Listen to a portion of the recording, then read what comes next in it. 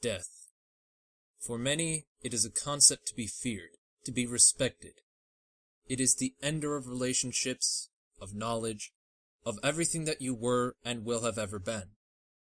They see it as nothing but a monster, the blades ready at a moment's notice to cut clean through the fragile string you call your life.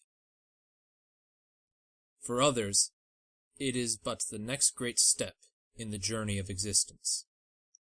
When it is time for them to shed their physical bond with the world, they do so gladly and without hesitation. They know not what waits beyond, but hope that there is yet more to discover, to experience, to explore. They are happy to go on. Some simply consider it an escape, a way to flee from the pain of living, the hurt that comes from simply being alive. When life becomes too much to bear, they welcome the embrace of death regardless of what may follow after. For them, they do not care about meeting it prematurely, or if there is more. They only desire for their suffering to cease. The one thing that all can agree upon is that death is a universal truth. Just as every being has a beginning, there must also come an end. Everyone prepares for it in different ways, but the result is always the same. No matter the person, no matter the status, no matter your wealth, riches, family, friends, everyone finds themselves in the ground one day. But what if that weren't true? Let us consider the fantastic. If we were to delve into the realm of imagination, and say perhaps that you were undying, what would the ramifications be? Well, there are two aspects to consider, physical and mental. Let's assume for a moment that even if you weren't to die, your body would still be susceptible to aging, to disease, to lacerations. If you were to continue aging far beyond the limits of our programmed destruction, life would quickly become a living hell. Your body would degrade, becoming weaker and weaker with each passing day. Eventually, if it hadn't happened already, you'd no longer be able to walk, as your muscles and bones would have become far too fragile to support your weight. Soon, you wouldn't be able to move at all, lest you tear your body apart.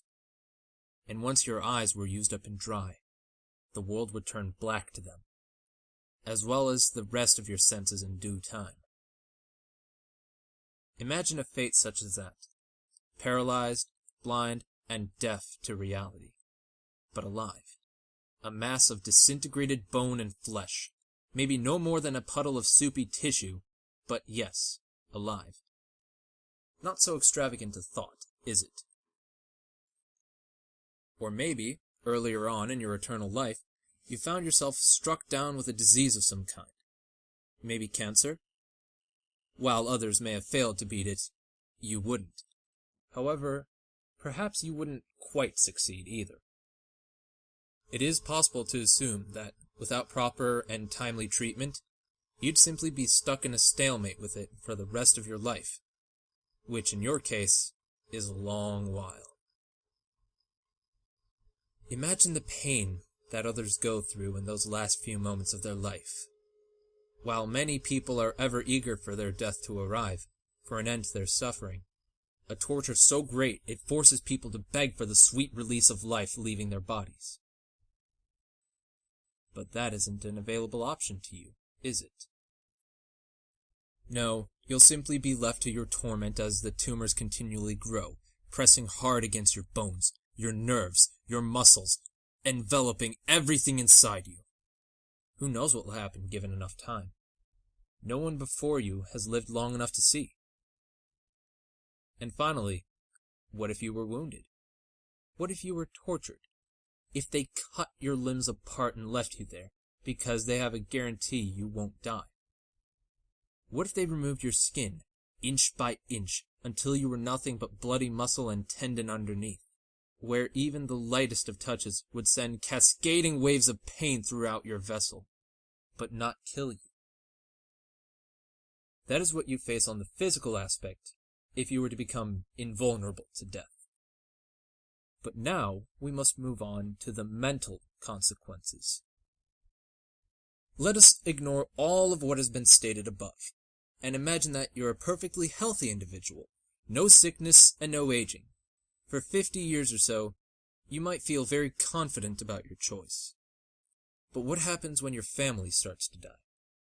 Your parents may be expected, but your siblings? What of your best friends? Having to watch each one's last breath, clasp each hand as their strength leaves them. How many funerals would you have to attend, when everyone you've ever known and loved has died? How would you maintain a family? If you were to bear children with your wife or husband, how would that impact your relationship? As they continue to age and grow older, as you stayed the same, a single moment of your life frozen in time forever? Eventually, your children would surpass you, and not only would you witness the death of your significant other, but it would be your children whose hands you must hold as they travel into the next realm, and then your grandchildren, and their children, and so forth. It's alright, you'll start over. In a few decades, you'll be able to move on, to leave and start a different bloodline than the one you've now abandoned. And then you'll have to undergo the same process again, losing your love, then your children, over and over with each new glimmer of hope you gain to lead a normal life. They say that there's no greater punishment than having to bury one of your own children. Well, you'll have to bury all of them. Maybe you grow wise and distance yourself from humanity before you go insane from the mental stress that simply existing places on your mind. That's only a temporary solution, unfortunately. Everything is when you can't die.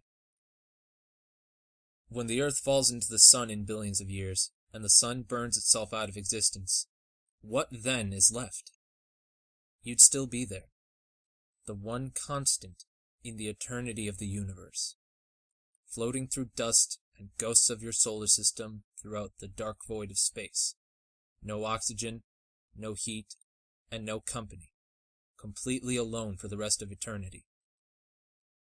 When the universe finally dies, will that be the end of you? Will it finally be your time? Or will you be forced to still linger on, witnessing reality as it was never meant to be seen? Such is the gift of mortality. Everyone at some point in their life asks themselves, what would it be like to live forever? That's not the question they should be asking.